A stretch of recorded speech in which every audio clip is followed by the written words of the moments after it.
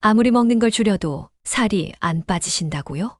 아침은 굶고 점심은 밥 반 공기만, 저녁은 단백질 쉐이크 하나.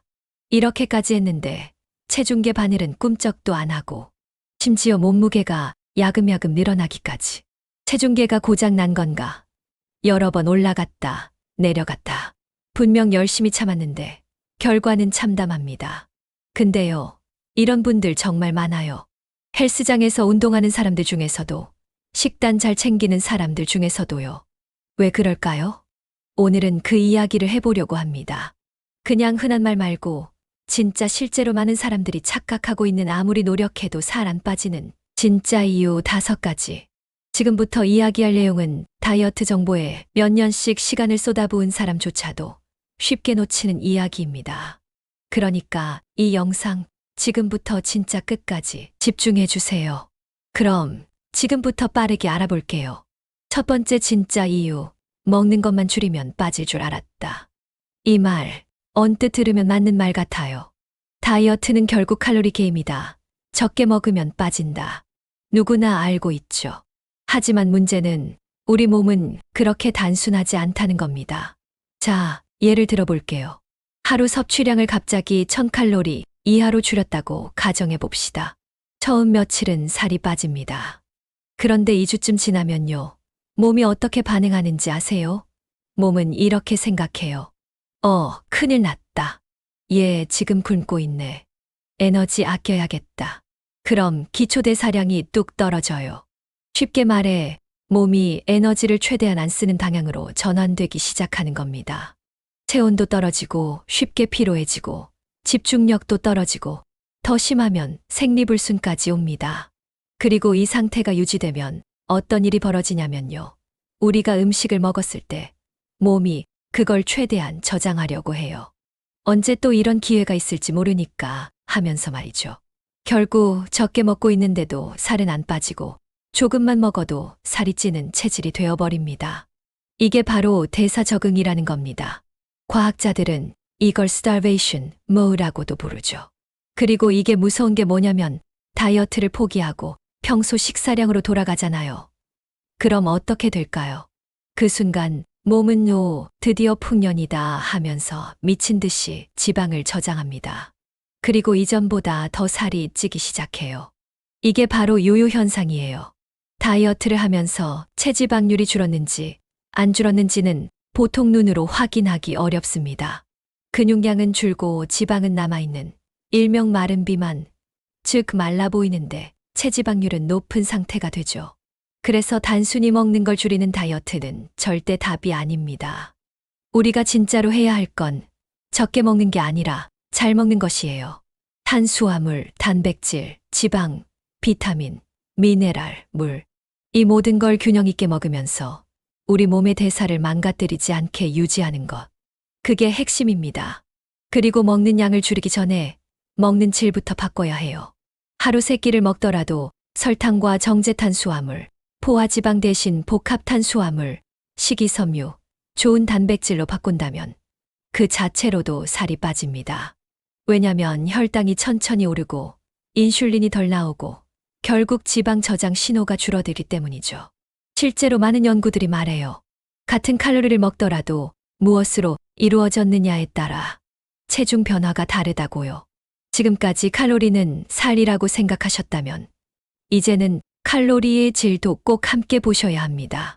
잘 먹어야 빠진다. 이게 첫 번째 진짜 이유입니다. 두 번째 이유는 운동만 하면 빠질 줄 알았다는 착각입니다. 살 빼려면 당연히 운동을 해야 한다고 생각하죠. 헬스장 등록하고 러닝머신 위에서 땀을 뻘뻘 흘리고 집에서도 홈트 영상 보며 매일같이 움직이는데 체중은 줄지 않고 몸매도 그대로입니다. 왜 그럴까요? 많은 사람들이 놓치는 핵심은 운동은 다이어트의 보조 수단이라는 사실입니다. 체중 감량에서 가장 큰 영향을 주는 건 식단입니다. 실제로 같은 사람에게 식단 조절만 시킨 그룹과 운동만 시킨 그룹을 비교하면 식단 그룹이 체중 감량 효과가 훨씬 큽니다. 그리고 우리가 생각하는 것보다 운동으로 소비되는 칼로리는 매우 적습니다. 30분 동안 빠르게 걷는다고 해도 고작 식빵 한 조각 분량 정도고 운동 후 보상 심리로 음식을 더 먹게 되면 오히려 역효과가 날 수 있어요. 또 무리한 고강도 운동은 오히려 코르티솔이라는 스트레스 호르몬을 높여 지방을 더 저장하게 만들 수 있습니다. 유산소만 계속하는 것도 문제입니다. 근육량이 줄어 기초대사량이 떨어지고 오히려 더 살이 안 빠지는 체질이 되죠. 결국 중요한 건 운동만으로는 체중이 빠지지 않는다는 걸 인식하고 근력 운동과 유산소 운동을 병행하면서 무엇보다 식단을 함께 조절해야 한다는 겁니다. 세 번째 이유는 많은 사람들이 완전히 무시하고 있는 부분, 바로 수면입니다. 잠을 제대로 자지 않으면 다이어트가 아예 작동하지 않아요. 수면 부족은 식욕을 증가시키는 그렐린 호르몬을 늘리고 포만감을 유도하는 렙틴 호르몬은 줄어듭니다. 그래서 배가 안 고파도 자꾸 뭔가 먹고 싶어지고 포만감은 줄고 결국 하루 섭취 칼로리가 자연스럽게 늘어납니다. 여기에 수면 부족은 스트레스 호르몬인 코르티솔을 높이고 혈당 조절을 담당하는 인슐린 민감도는 떨어뜨려 체지방이 쉽게 쌓이는 몸이 됩니다. 또한 잠을 줄이면 깨어있는 시간이 길어지고 야식과 군것질이 자연스럽게 늘어납니다.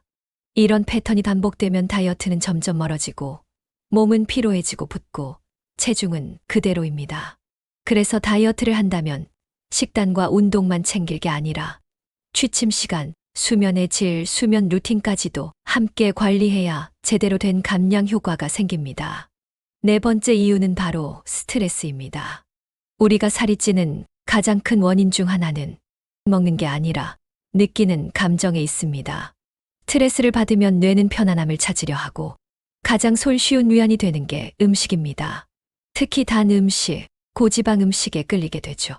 이건 단순한 심리 문제가 아니라 실제로 뇌에서 도파민이라는 보상 호르몬이 분비되기 때문입니다. 그래서 스트레스를 받으면 본능적으로 폭식하게 되고 이게 습관처럼 반복되면 감정적 식사 패턴이 굳어집니다. 더 무서운 건 스트레스가 코르티솔을 지속적으로 분비시키고 이게 복부 지방 축적과 체지방 증가로 이어지며 결국 마른 비만 상태가 되어버립니다. 그러니 살을 빼려면 몸만이 아니라 마음도 함께 관리해야 해요. 스트레스를 음식으로 풀지 말고 걷기나 음악 듣기, 명상 같은 대체 루틴을 마련하는 게 중요합니다. 다섯 번째 이유는 체중계 숫자만 믿고 있다는 점입니다. 많은 사람들이 다이어트를 숫자로만 평가합니다. 아침마다 체중계에 올라가서 숫자가 줄었는지 늘었는지만 보고 하루 기분이 왔다 갔다 하죠. 그런데 진짜 중요한 건 숫자가 아니라 구성입니다. 같은 60kg이라도 근육이 많은 60kg과 지방이 많은 60kg은 전혀 다른 몸이에요. 다이어트를 시작하고 나서 체중이 줄지 않는다고 좌절할 필요가 없습니다. 오히려 근육량이 늘고 지방이 줄고 있다면 건강하고 예쁜 몸이 만들어지고 있는 중입니다. 숫자에 집착하면 오히려 식사를 줄이고 몸에 필요한 영양소를 무시하고 건강을 해치는 방향으로 다이어트를 하게 됩니다. 그래서 이제는 체중보다 내 몸의 변화에 집중해야 합니다. 옷이 헐렁해졌는지, 얼굴 붓기가 빠졌는지, 덜 피곤한지, 그런 신호들이 진짜 변화예요. 여러분, 지금까지 알려드린 이 5가지 이유에 단 하나라도 해당된다면 지금 하고 있는 다이어트를 다시 점검해 봐야 합니다. 단순히 많이 먹어서가 아니라 잘못된 루틴 때문에 살이 안 빠지는 겁니다. 다이어트는 단기전이 아니라 습관입니다. 먹는 것, 자는 것, 움직이는 것, 느끼는 것. 모든 게 연결돼 있어요.